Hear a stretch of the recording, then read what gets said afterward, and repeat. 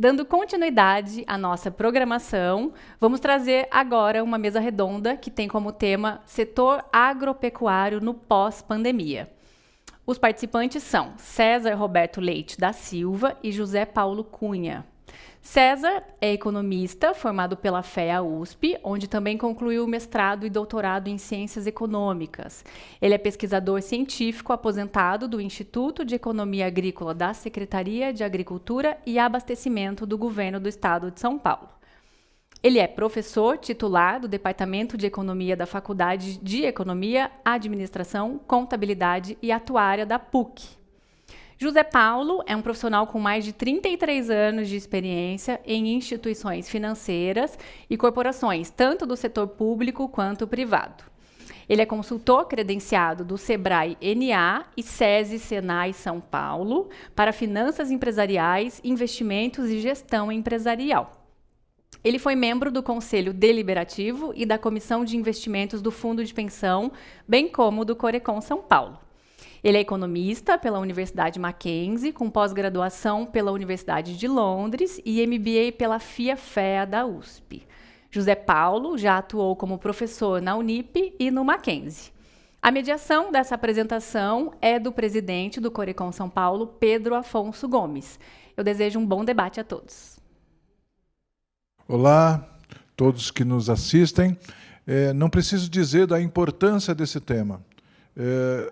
Da alimentação, da sobrevivência para o povo brasileiro, vindo através do agronegócio ou da economia da agricultura familiar. E, para isso, trouxemos duas pessoas do mais alto gabarito, a quem já agradeço. Professor César, conselheiro Luiz Paulo, José Paulo. Por gentileza, eu queria passar a vocês, para não tomar muito tempo, cada um de vocês tem 15 minutos e depois fazemos 15 minutos de perguntas. Primeiro, professor César, muito obrigado e a palavra é sua.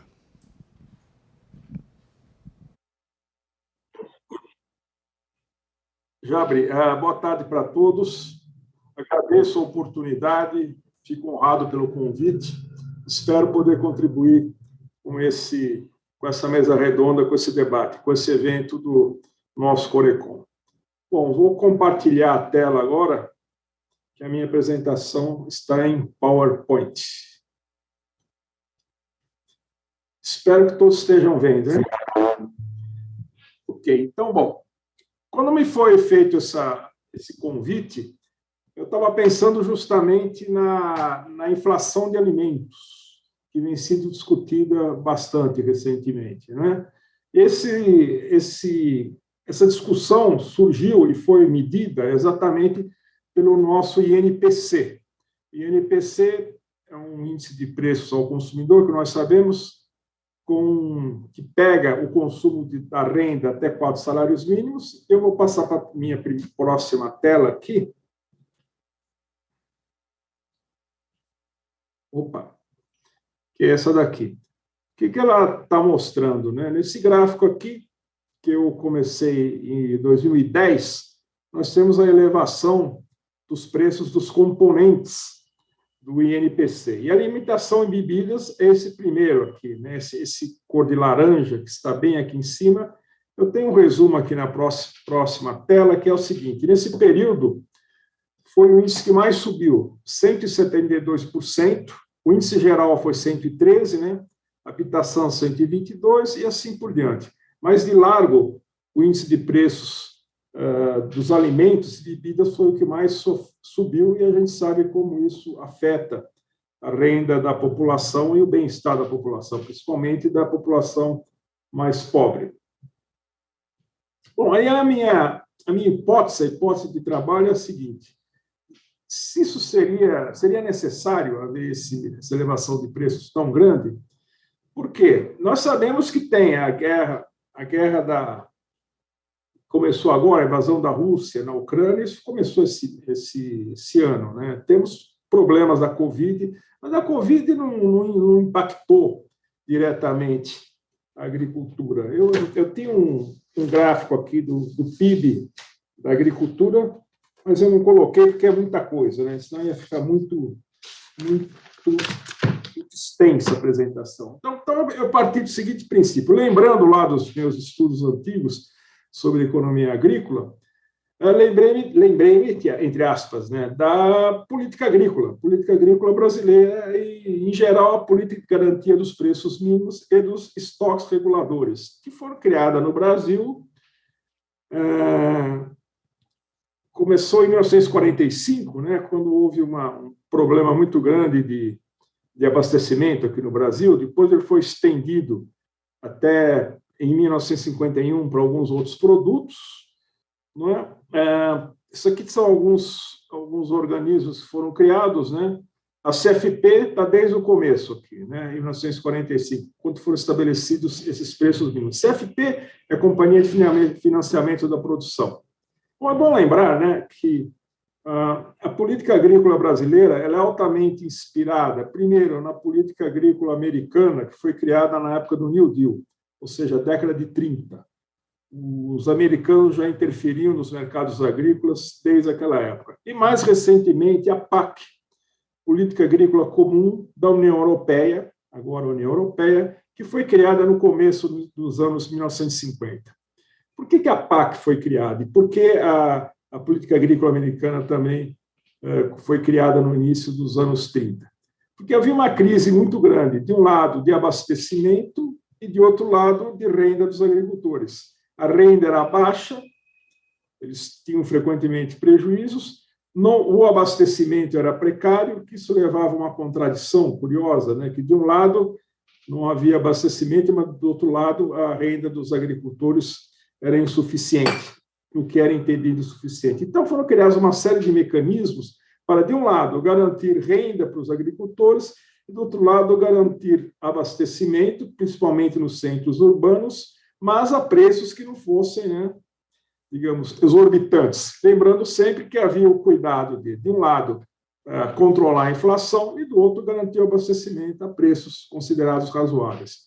A política agrícola brasileira segue exatamente o mesmo princípio, né? Aqui tem uma citação que eu peguei no site da Conab, né, que fala sobre a formação de estoques públicos, que tem justamente esse efeito, né? Abastecimento regular e atenuar oscilações de preço. É o que nós não temos visto recentemente, né? Bom, qual foi o meu argumento? Onde que eu fui buscar os elementos para a minha hipótese? Eu fui buscar exatamente nos estoques reguladores da Conab. A Conab publica, né, os seus relatórios, e lá tem os estoques de diversos produtos, né? Então, eu resolvi fazer além de examinar esses estoques, né, eu fui pegar a evolução dos preços, os principais preços que têm importância no abastecimento, e aqueles bens que também são apoiados, digamos, pela Conab. Então, o primeiro está aqui, o arroz. Arroz em casca, irrigado. Eu peguei preços recebidos pelo produtor, mas os preços recebidos pelo produtor, aliás, o preço ao consumidor acaba refletindo, né? A transmissão de preço é quase que imediata. Aqui são dados do DERAL, Departamento de Economia Rural do Paraná, que eles têm dados, os que eu achei mais fácil, né? Então, vocês observem aqui que, a partir de 2019, os preços subiram e oscilaram bastante. Bom, como estão os estoques de arroz? Eu peguei de 2010 em diante, né? Aqui, 67 mil toneladas, 450 mil, 211. A partir de 2016, olha o que foi acontecendo com os estoques.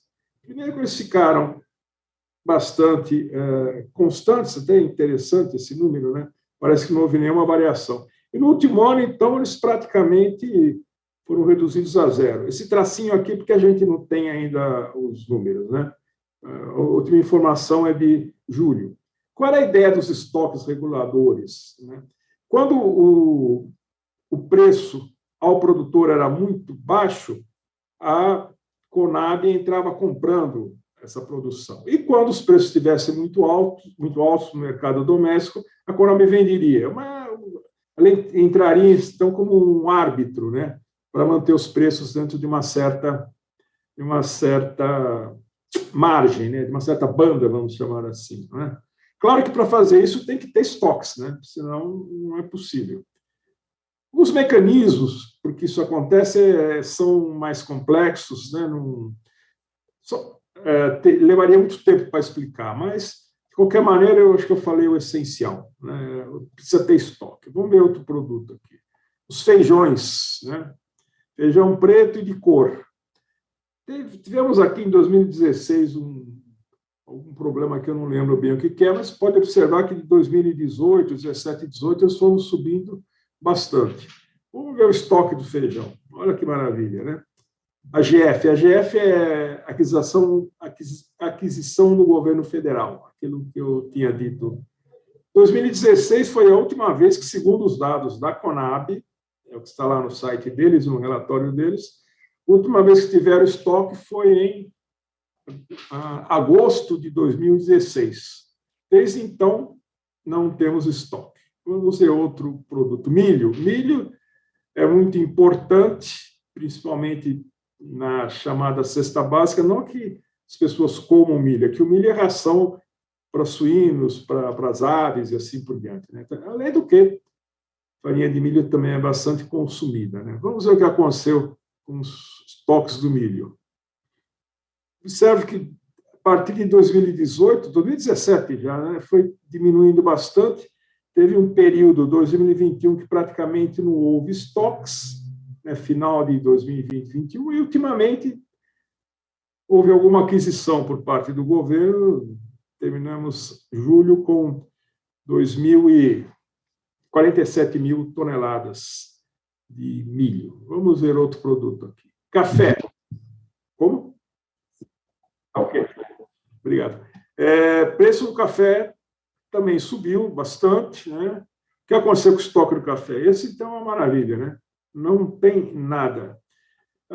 Foi-me dito que eu tenho 5 minutos pela frente, mas o restante da minha apresentação, que seguramente está disponível, vai nesse mesmo esquema, nessa toada. Eu mostro o que aconteceu com o preço dos produtos, em geral, o que aconteceu com o estoque. De mandioca, trigo, que é importante, né? Aqui os preços subiram bastante, e os estoques, né? É sempre interessante olhar o começo aqui da série e o que aconteceu mais recentemente. Em 2014 deve ter havido alguma crise ou de informação ou mesmo de produto, né? Em seguida, os estoques ficaram constantes e, recentemente, sem estoques. Boi gordo, ele, se eu não me engano, não tem estoque. Boi gordo, isso. Boi gordo é um produto que o governo não tem responsabilidade de manter preços mínimos, sequer estoques, porque produtos que exigem grandes custos de armazenamento, ou que tem que ficar sob refrigeração, o mesmo boi gordo é um animal vivo, né? Então não tem como o governo guardar essas coisas, né? Manter estoques. E aqui nós temos a subida dos preços, né?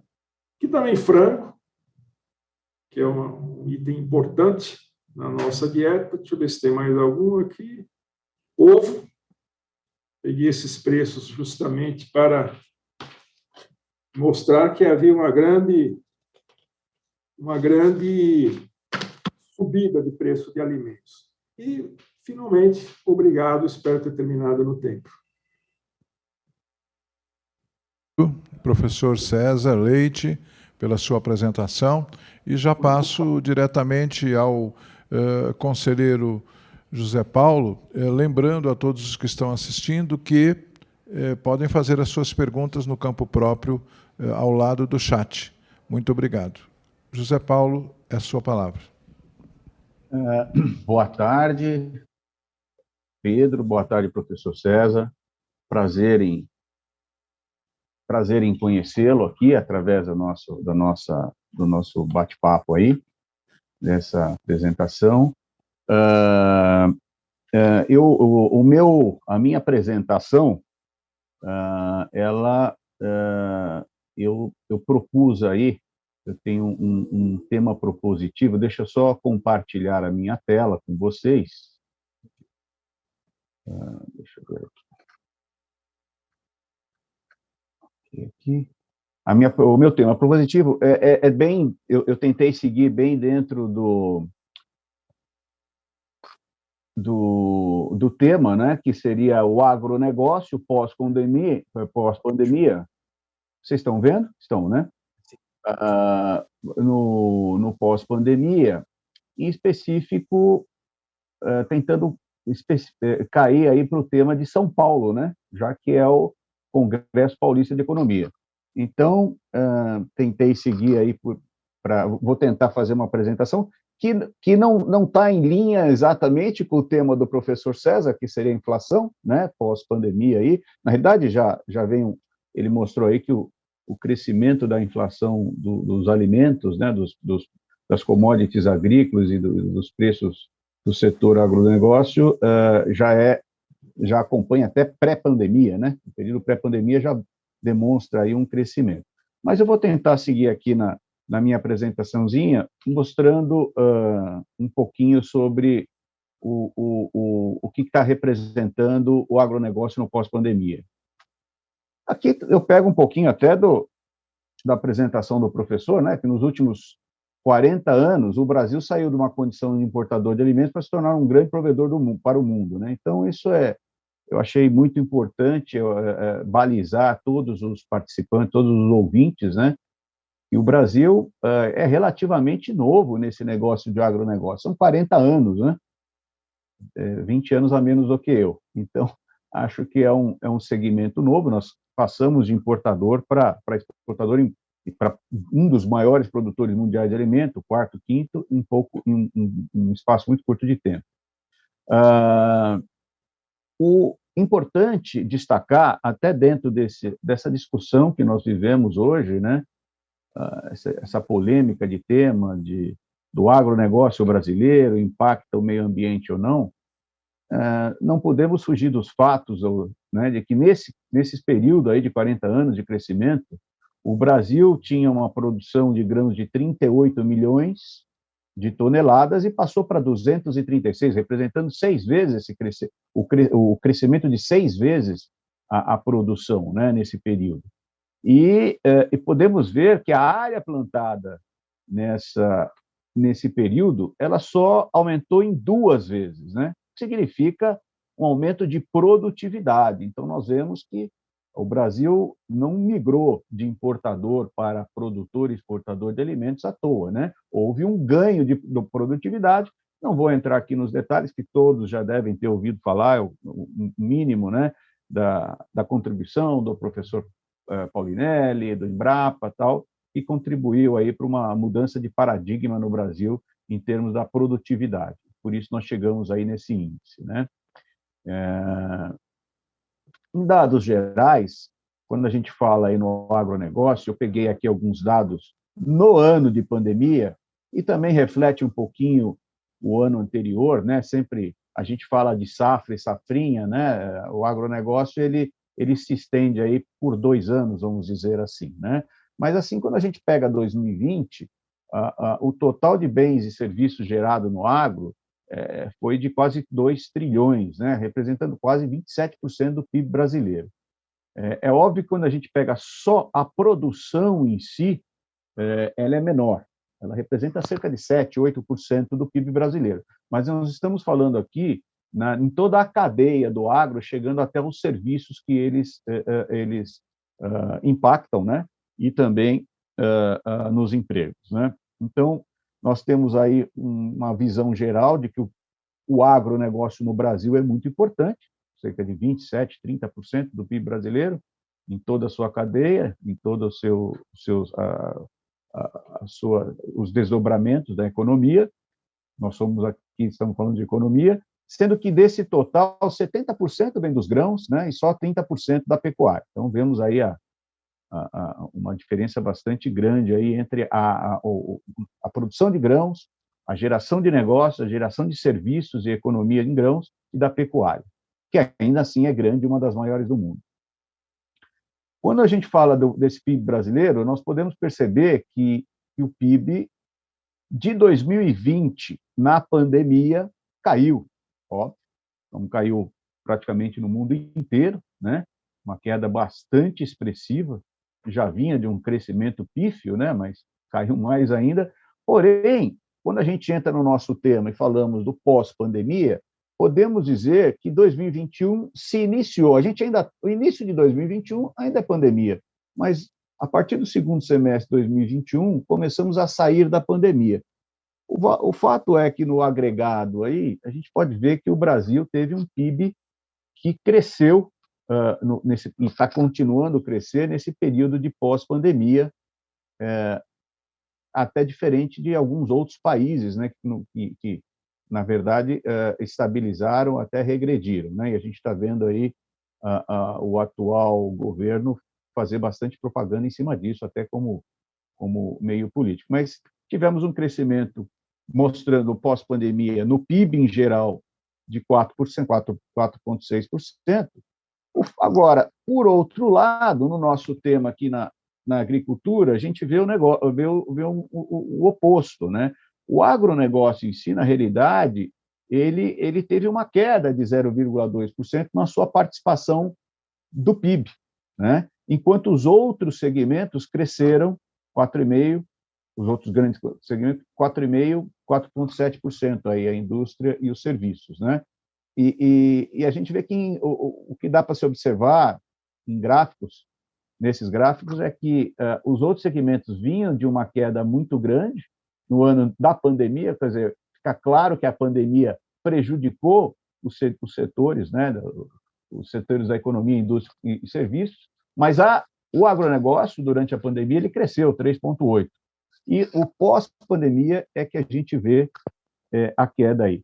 Agora, a gente sabe que muito dessa queda foi em função de um impacto aí, de impacto da estiagem que o agronegócio teve, né?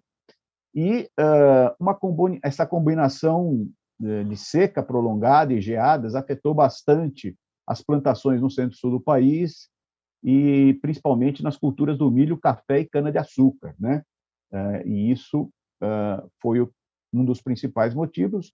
Juntamente com isso, no segmento da pecuária, o Brasil ficou 3 meses impedido de vender carne na China, isso já em 2021, não em 2020, mas em 2021 teve esse impedimento. E também houve um reflexo, né, do direcionamento das commodities que faziam até parte, até como o professor bem falou aí, o milho, que serve como ração animal, etc., houve uma diminuição, então o desempenho da pecuária também foi bem abaixo do agronegócio, prejudicando o PIB, vamos dizer, o crescimento do PIB, da contribuição do agronegócio dentro do PIB brasileiro, né? Então, esses 3 fatores aí foram os principais que prejudicaram o agronegócio em 2021. Então, a gente começa a ver que, dentro do nosso tema, o agronegócio pós-pandemia, a gente teve aí uma pequena queda, né? Uma queda muito pequena, de 0, alguma coisa aí, mas poderia parecer preocupante, né? A gente pode, por outro lado, eu estou tentando resumir aí uma longa história, né, por causa do nosso tempo, mas nós podemos aí, de acordo com alguns estudos que estamos vendo aí já no CPEA, pelo CNA, a projeção para 2022 ela é promissora, mostrando crescimento em todos os setores, tanto em grãos como na pecuária, né? Quer dizer, a pecuária continua tendo uma queda, né, para 2022, se comparada com 2021. Então, nós temos aí que o agronegócio em si deve crescer, mas principalmente em função da recuperação dos grãos e de que é óbvio que as condições climáticas foram favoráveis, aí, tanto para a safra como para a safrinha agora que nós estamos tendo, e também graças aí à manutenção dos fertilizantes e dos insumos que puderam ser dirigidos ao Brasil, mesmo diante da guerra e dessa questão do conflito mundial aí, que atrapalhou bastante o comércio entre os países, principalmente no que se diz respeito a insumos e alimentos. Dentro desse crescimento, eu gostaria de destacar que São Paulo, que é o nosso estado, né, é responsável por um terço do produto interno bruto em geral, sendo que dentro da produção agrícola brasileira ele é responsável por 20%, né? E o que se destaca no agronegócio de São Paulo, no agronegócio paulista, é a produção de cana de açúcar, né? 56% de toda a cana nacional é gerado em São Paulo. 76% da laranja no país representa 60% da produção mundial de laranja. Então, a representatividade do estado na cana, na laranja e também no amendoim, né? No amendoim nós representamos 90% da produção nacional. Quase 100% das exportações brasileiras de amendoim saem de São Paulo, né? E dentro dessa pujança do estado de São Paulo, e o que foi propositivo no meu sumário lá dentro da palestra, eu gostaria de destacar também a economia verde, né? Já que somos economistas, estamos tratando de simpósio aqui de economia paulista, né? Congresso Paulista de Economia. Essa nova economia verde, ela está vindo muito de encontro com os anseios políticos e também econômicos, não só do Brasil, mas como internacional. Então, o Brasil hoje, o São Paulo hoje possui o maior e mais diversificado mercado da economia verde do Brasil. São mais de 147 mil empresas do estado que atuam, empregando 1.400.000 pessoas, né?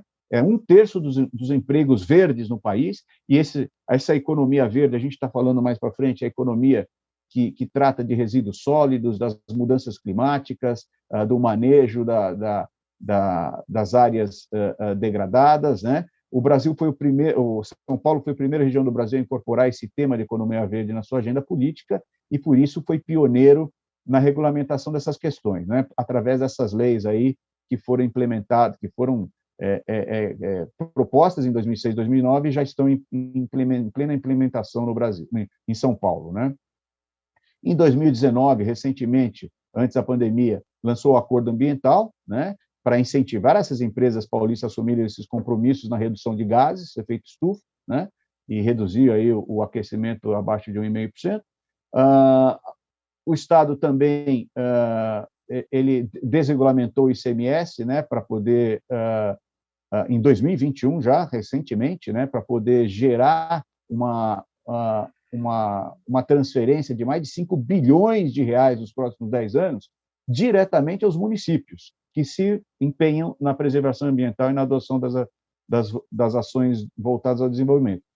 E o São Paulo tem um perfil de economia de baixo carbono, é o estado, considerado o estado com a matriz energética mais limpa do Brasil, 60% vem das fontes renováveis, né? Segundo o balanço energético do estado de São Paulo. E essas perspectivas colocam São Paulo numa posição de vanguarda na economia verde, né? E isso faz com que a gente tenha perspectivas daqui por diante, especialmente em 2023, trazer novos investimentos para o nosso estado. E por que investir na economia paulista? Porque tem uma matriz energética, 60% é renovável, tem vantagens competitivas para a produção dessa energia com a biomassa, inclusive, a cana, capim-elefante, etc., e novas oportunidades para os ecoinvestidores e uma política estadual de mudanças climáticas. Ou seja, eu queria mostrar aqui que São Paulo está preparado para receber mais investimentos a partir de agora. Dentro do nosso agronegócio pós-pandemia, eu vejo muito positivo o crescimento do Estado e o crescimento da nossa economia, focando aí na economia verde, além do agronegócio que já é tradicional. Espero que eu tenha atingido o tempo aí limite e que o meu tema tenha sido de interesse aí dos ouvintes e também dos nossos colegas aqui, o professor e o Pedro. Oi, muito obrigado, conselheiro José Paulo. Chegaram para nós aqui 3 perguntas. Eu vou fazer as 3, porque acho que tem relação uma com a outra. A primeira, 2 delas foram um desdobramento de perguntas pelo economista Marcos Menezes de Souza, ele disse a respeito da prioridade dada às exportações, qual a influência no preço, na alta de preços dos alimentos. Ao mesmo tempo, ele pergunta sobre a falta de estoques reguladores, também qual a influência no preço dos alimentos. Eu acrescento um detalhe, porque me parece pertinente, se a gente pudesse falar alguma coisinha sobre a importância da agricultura familiar, não apenas do agronegócio, que são aí 63%, me parece, da produção de alimentos, né? Com 36 milhões de pessoas trabalhando nisso, e também com relação a isto, com relação aos preços e ao abastecimento e à saúde da população. E outra questão que é perguntada pelo economista Israel,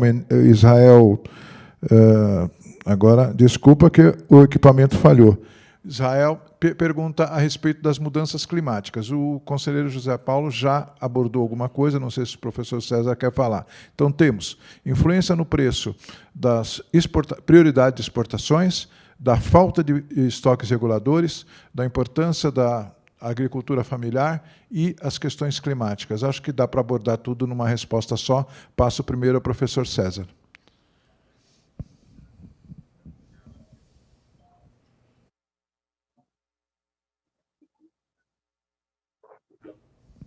Tá ok agora? Estão me ouvindo? Agora sim, professor. Assim. Bom, pelos meus estudos, né, que eu passei uma porção de tempo trabalhando com agricultura, economia agrícola, o que percebemos, como bem o Zé Paulo falou, o Brasil se transformou numa espécie de um gigante na exportação de alimentos, chamado agronegócio. Isso é uma consequência das chamadas vantagens comparativas, né? A gente media isso, vantagens comparativas reveladas. É difícil medir a vantagem comparativa diretamente, mas a gente mede assim pelo sucesso que tem no comércio internacional. E bem lembrou o Zé Paulo os esforços que foram feitos com a criação da Embrapa, com a adoção de tecnologia. Isso tornou o Brasil um país extraordinariamente competitivo. Agora, bom lembrar, o mercado agrícola mundial é extremamente protecionista. Os Estados Unidos protegem muito sua agricultura, a Europa, então, nem se fala. O Japão, grandes mercados, a Austrália. Então, o Brasil exportar é quase que um milagre, né? Exportar tanto quanto exporta, dado a proteção. Agora, acontece esse dilema que o nosso colega falou, que é, bom, vamos exportar, os preços do mercado internacional, eles sobem naturalmente, o que acontece? É a transmissão de preços, as mercadorias são exportadas. O meu argumento aqui é que as políticas públicas voltadas para a agricultura, recentemente, parece que elas entraram em recesso. O governo não tem instrumentos para interferir na política agrícola. Quer dizer, na verdade, nós temos um conflito distributivo, né? Algo parecido com a história do petróleo, né? Bom, o petróleo sobe bastante e vamos cobrar o preço aqui dentro desse petróleo. Bom, tudo bem. Aí fica um conflito entre os acionistas da Petrobras e os consumidores brasileiros, e o Brasil, de modo geral, né? A agricultura é algo parecido, né? Há formas, isso já aconteceu, a primeira vez nos últimos 40 anos que tem esse conflito, né? Exportação, elevação de preços. Isso nunca teve problema.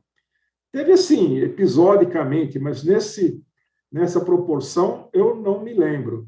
Eu acho que isso se deve basicamente por conta da falta de aplicação dos instrumentos de política agrícola e, principalmente, ao não se querer aplicar, não se criam as respectivas condições, como ficou demonstrado no caso dos estoques, né? Não temos estoques, então o governo não tem o que fazer em relação a isso. Bom, é isso que eu teria a dizer. Quanto às mudanças climáticas, eu tenho a impressão que o Zé Paulo pode falar melhor do que eu não estou tão preparado assim. Obrigado.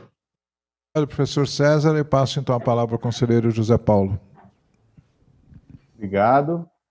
Eu concordo com o professor César, né, na questão no início da questão da inflacionária, né, dos alimentos, que o primeiro tema aí da pergunta do Pedro, representando aí os ouvintes, é a questão muito forte dos estoques reguladores, né? Isso é advindo de uma política extremamente liberal, né, do governo, né? Que não é só desse governo, como o professor mostrou no histórico lá, vem até a fase pré-Bolsonaro, vamos dizer assim, né? Liberando um pouco o mercado, né?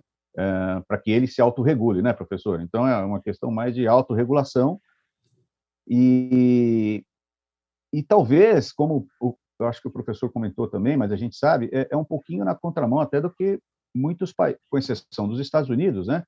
Muitos países fazem, como a China, que é um outro grande produtor, e a Comunidade Econômica Europeia, eles regulam muito, né? Então, eles têm uma política um pouco diferente da nossa nesse momento. O Brasil deve estar se descolando. E, por isso, é óbvio que a inflação dos alimentos aqui no Brasil, no mercado interno, é decorrente também da perspectiva de ganhos maiores dos produtores em geral, dos comercializadores, vamos dizer assim. Não digo dos produtores, porque não são os produtores que são os exportadores, né? Você tem a cadeia, o produtor produz, mas tem os intermediários aí, as grandes empresas, principalmente grandes tradings, que exportam os alimentos, né?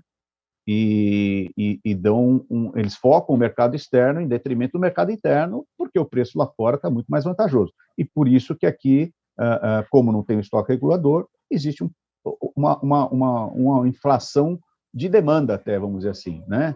É uma inflação de demanda, não é nem uma inflação de custo, eu acho que é uma inflação de demanda para grande parte desses alimentos básicos que até fizeram parte aí da apresentação do professor. O feijão, o milho, a soja em si, né? Então, que impactam no nosso óleo do dia a dia, no próprio feijão também, né?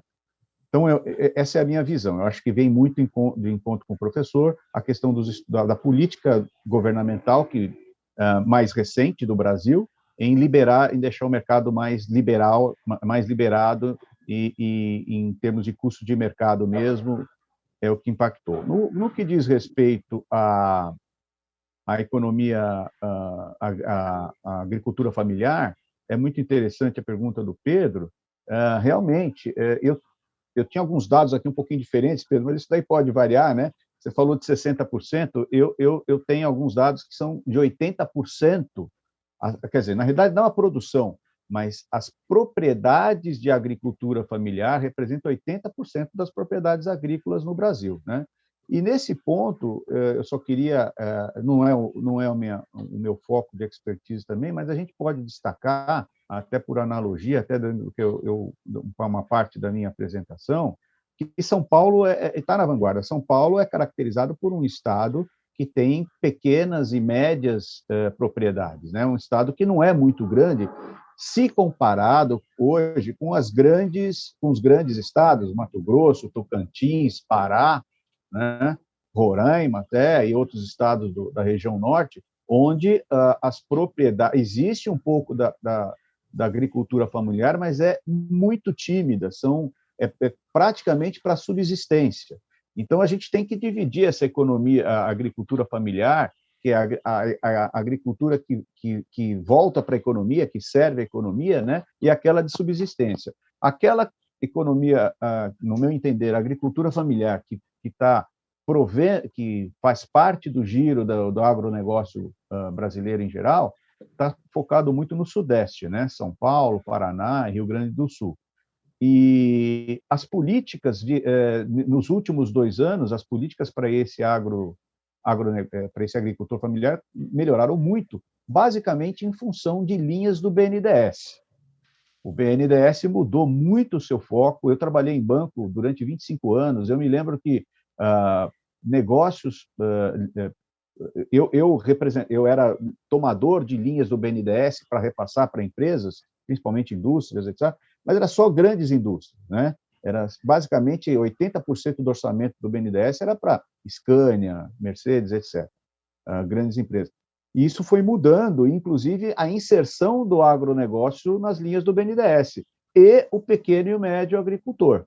Quer dizer, nos últimos 2, 3 anos, o esforço foi muito grande. Eu parabenizo até o atual presidente do BNDES, o Montezano, que veio de mercado e conseguiu fazer essa virada aí. E hoje me parece que cerca de 60%, 70% está voltado para o pequeno e médio negócio, incluindo o pequeno e médio agricultor, né? Até porque os grandes agricultores no Brasil, né, os grandes produtores de agricultura em geral, sempre foram beneficiados com as linhas do Banco do Brasil, né?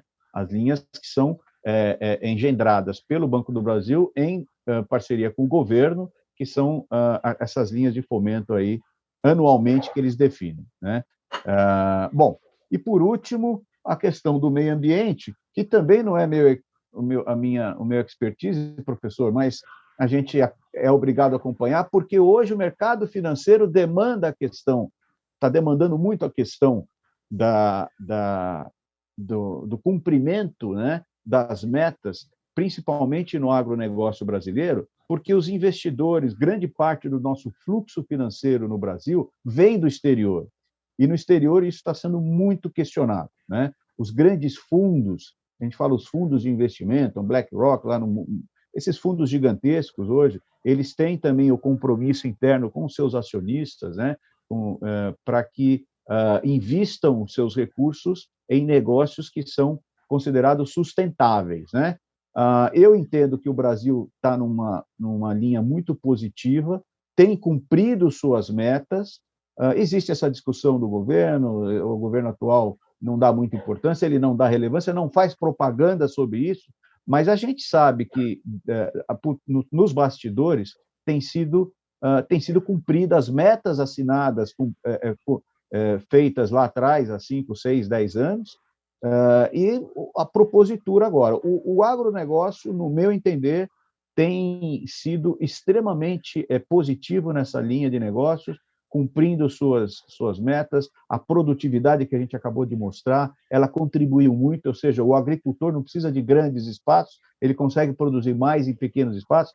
Eu vejo linhas do BNDES, linhas do Banco do Brasil específicas para agricultores que conseguem fazer manejo, manter áreas de preservação. A legislação brasileira é muito rígida também, e os agricultores, vamos dizer assim, os agricultores que estão no negócio, que são registrados, que não são ilegais, estão todos dentro cumprem as suas metas e as obrigações, até porque são todos monitorados por satélite, pelo CAR, que é um sistema muito avançado também, que controla todas as propriedades no Brasil. Agora, existe a ilegalidade. Um país desse tamanho a gente não pode negar, né? Então, essa ilegalidade eu acho que afeta um pouquinho, sim, tudo aquilo que o governo em si e a sociedade como um todo querem atingir, mas eu acho que é uma parte muito pequena dessa ilegalidade que tem contribuído, que não está contribuindo para as nossas metas aí de meio ambiente. Muito obrigado, conselheiro José Paulo. Infelizmente, só posso conceder-los 30 segundos, um pouquinho mais, para que cada um faça suas considerações finais e nos dê uma esperança. Professor César. Bom, obrigado pelo convite. José Paulo, prazer em conhecê-lo também. Bom, eu acho que há razão para otimismo, sim, não há dúvida, né? Principalmente se tratando da agricultura, da produção de alimentos, da capacidade tecnológica que o Brasil tem, nós podemos ser perfeitamente otimistas, sim. Temos futuro. Obrigado. Professor César, por sua participação. Conselheiro José Paulo. Eu também agradeço ao Conselho Regional, agradeço a participação do professor César, o debate, agradeço aos ouvintes, e do meu lado, eu continuo com relação especificamente ao agronegócio pós-pandemia, eu sou muito positivo pelos fatos que nós colocamos aí agora, né? Já estamos tendo um crescimento em 2022, e acredito que o Brasil vai manter essa liderança e tem tudo para continuar crescendo, e sendo puxado pelo nosso estado de São Paulo, trazendo esses investimentos que a gente mencionou. Acho que o estado de São Paulo continuará sendo a locomotiva, não só no segmento industrial e de serviço, como sempre foi, mas principalmente na agricultura também. Obrigado ao conselheiro José Paulo. Eu vou passar a palavra para o encerramento à nossa moderadora, a jornalista Denise Kellen. Muito obrigada, César, José Paulo, Pedro. Muito obrigada. Ótimas as reflexões compartilhadas aqui com a gente.